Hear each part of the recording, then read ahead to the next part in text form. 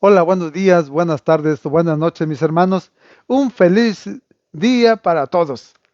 Y gracias por perseverar y por acompañarnos a compartir este alimento espiritual que todos necesitamos. En este día sábado hermoso, en el que podemos pues compartir con la familia y realizar nuestras labores que tengamos que hacer, pero lo importante es que el Señor nos alimenta con su palabra. Por eso vamos a darle gracias al Señor. En el nombre del Padre, del Hijo y del Espíritu Santo. Amén. Señor Jesús, te damos gracias, te alabamos y te bendecimos, porque grande es tu amor y tu misericordia, Señor. Y en estos días de Cuaresma tú nos hablas para hacer reflexionar toda nuestra vida, Señor Jesús, y poder así asimilar tu palabra, guardarla en nuestro corazón y compartirla con nuestra familia. Por eso te damos gracias, te alabamos y te bendecimos y pedimos tu bendición para poder compartir tu palabra, poderla entender como palabra tuya y así, Señor, que sigas aumentando nuestra fe. Nos queremos quedar en tu presencia recibiendo tu bendición en el nombre del Padre, del Hijo y del Espíritu Santo. Amén. Gracias, mis hermanos. Un placer volver a saludarlos en esta hermosa mañana del día sábado que nos da el Señor. Y vamos a compartir su palabra en San Juan 11 del 45 al 56. San Juan 11 del 45 al 56 en este hermoso día sábado. Y dice así: los jefes judíos deciden la muerte de Jesús. Muchos judíos que habían ido a casa de María creyeron en Jesús al ver lo que había hecho, pero otros fueron donde los fariseos y les contaron lo que Jesús había hecho. Entonces los jefes de los sacerdotes y los fariseos convocaron al consejo y preguntaban: ¿qué hacemos? Este hombre hace muchos milagros. Si lo dejamos que siga así, todos van a creer en él. Y luego intervendrán los romanos y destruirán nuestro lugar santo y nuestra nación. Entonces habló uno de ellos, Caifás, que era el sumo sacerdote aquel año, y dijo: ustedes no entienden nada. ¿No se dan cuenta de que es mejor que muera un solo hombre por el pueblo y no que perezca toda la nación? Estas palabras de Caifás no venían de sí mismo, sino que, como era sumo sacerdote aquel año, profetizó en aquel momento. Jesús iba a morir por la nación, y no solo por la nación, sino también para reunir a los hijos de Dios que estaban dispersos. Y desde ese día estuvieron decididos a matarlo. Jesús ya no podía moverse libremente como quería entre los judíos. Se retiró pues a la región cercana al desierto y se quedó con sus discípulos en una ciudad llamada Efraín. Se acercaba la Pascua de los judíos y de todo el país subían a Jerusalén para purificarse antes de la Pascua. Buscaban a Jesús y se decían unos a otros en el templo: ¿qué les parece? ¿Vendrá a la fiesta? Palabra del Señor. Gloria a ti, Señor Jesús. Mis hermanos, recordemos que se acerca la Semana Mayor, ¿verdad? Y ahorita la palabra del Señor nos está llevando más cerca a ese momento, a ese culmen, ¿ya? Pero aquí, ¿cómo miramos cómo los jefes de los judíos, ¿verdad? Que se habían reunido, ¿para qué? Para decidir la muerte de Jesús. ¿Y todo por qué? Porque en la resurrección de Lázaro, de todos aquellos que habían ido a visitar a María y a Marta, ¿verdad? Ellos, los que creyeron, pues se convirtieron y creyeron en Jesús. Pero había otros que esos no creyeron aunque miraron, porque esos de verdad eran de los judíos buenos, ¿verdad? De los que no creen. Así es que mis hermanos,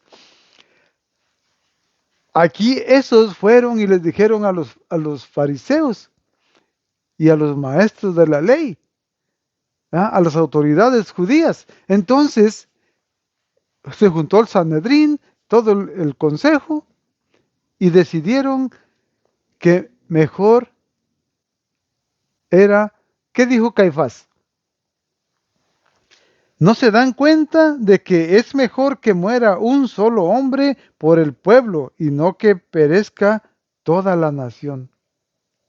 Ah, qué fácil, ¿verdad? Así facilito. Pero también ese Caifás estaba haciendo este,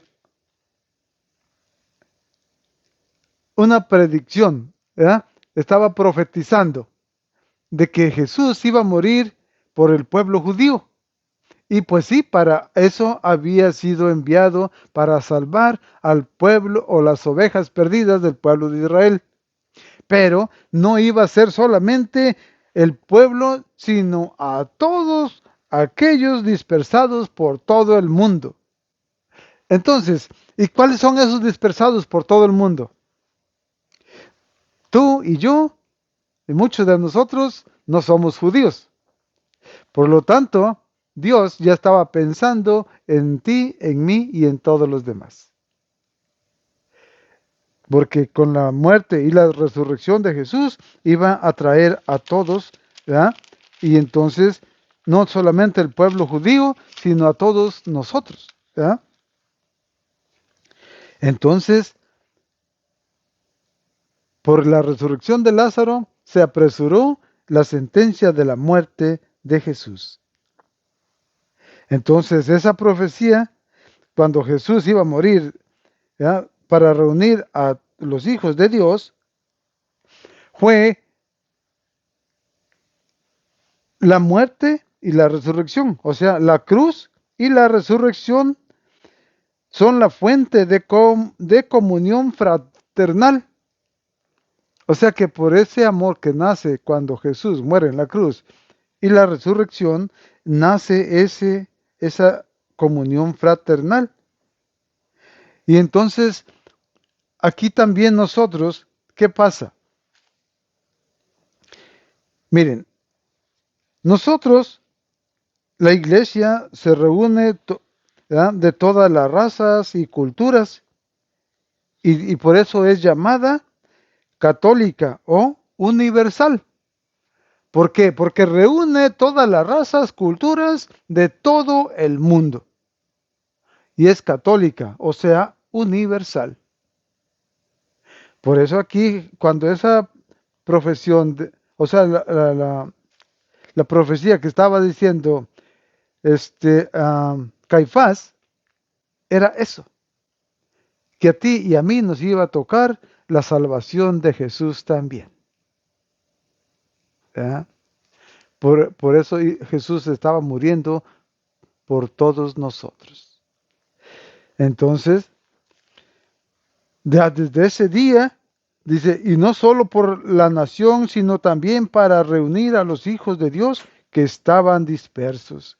Y desde ese día estuvieron decididos a matarlo. Entonces Jesús ya no podía estar por ahí cerquita en Jerusalén, ¿verdad? Entonces, ¿a dónde se fue? Se retiró a un sitio de la región cercana al desierto y se quedó con sus discípulos en una ciudad llamada Efraín. ¿Ah? Entonces se acercaba la Pascua de los judíos y de todo el país subían a Jerusalén para purificarse antes de la Pascua. Y buscaban a Jesús y se decían unos a otros en el templo, ¿qué les parece? ¿Vendrá a la fiesta? O sea, toda aquella gente, recordemos que mucha gente de todos los pueblos donde había andado Jesús, sanando enfermos y reviviendo a los muertos, de todos esos pueblos habían venido antes de la fiesta de la Pascua para purificarse. Y todos aquellos que estaban ahí, que ya sabían de Jesús, se preguntaban, ¿irá a venir a la fiesta? ¿Ah? Entonces, ahí nos damos cuenta cuán grande ya era la fama de Jesús. Y también eso causaba la envidia de aquellos sacerdotes judíos, de las autoridades judíos, de los fariseos, porque más bien a Jesús lo mataron por envidia, porque él hacía milagros y mucha gente creía en Jesús.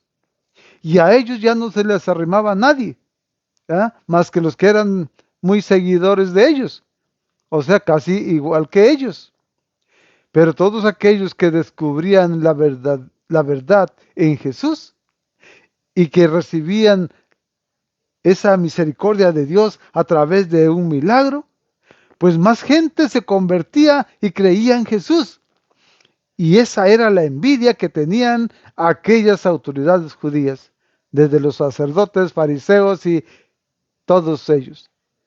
Entonces, mis hermanos, aquí nos damos cuenta que la envidia mata, ¿verdad? Entonces, ¿cuál es el mensaje para nosotros, mis hermanos?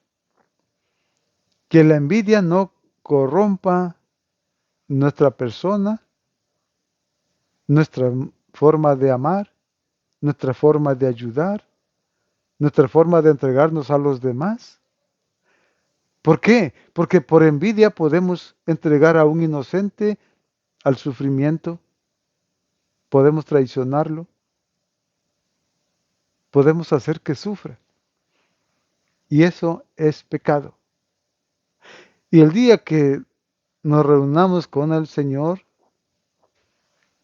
nos van a separar las ovejas para un lado y los cabritos para el otro. Y ya sabemos para dónde van las ovejas, al cielo. Y los cabritos al infierno. Así es que, mis hermanos, que la envidia no sea la que haga que perdamos nuestra propia vida. ¿Ok? Porque por envidia han pasado muchas cosas, inclusive las guerras, muchas traiciones grandes, no solamente en los gobiernos, sino hasta en la familia. El hermano traiciona al hermano, a los padres. ¿Qué ha pasado? Hay abuelitos que los hijos les hacen firmar un papel y les lo sacan de su casa y se mueren por allá solitos, abandonados. ¿Y todo por qué? Por envidia. Así que entonces nosotros tenemos que cuidarnos de esa lacra que nos puede hacer perder no solamente nuestra familia, sino lo más importante, la vida. Y esa vida sería con Jesús. Entonces cuidémosla. Procuremos siempre hablar con la verdad, vivir en la verdad. Que el Señor sea el que nos guíe, el que nos motive y que nos guarde. Porque Jesús es el camino, la verdad y la vida. Si nosotros hablamos con verdad, vivimos en la verdad y hacemos realidad la verdad, tendremos vida en ese camino que llega hasta donde está Jesús.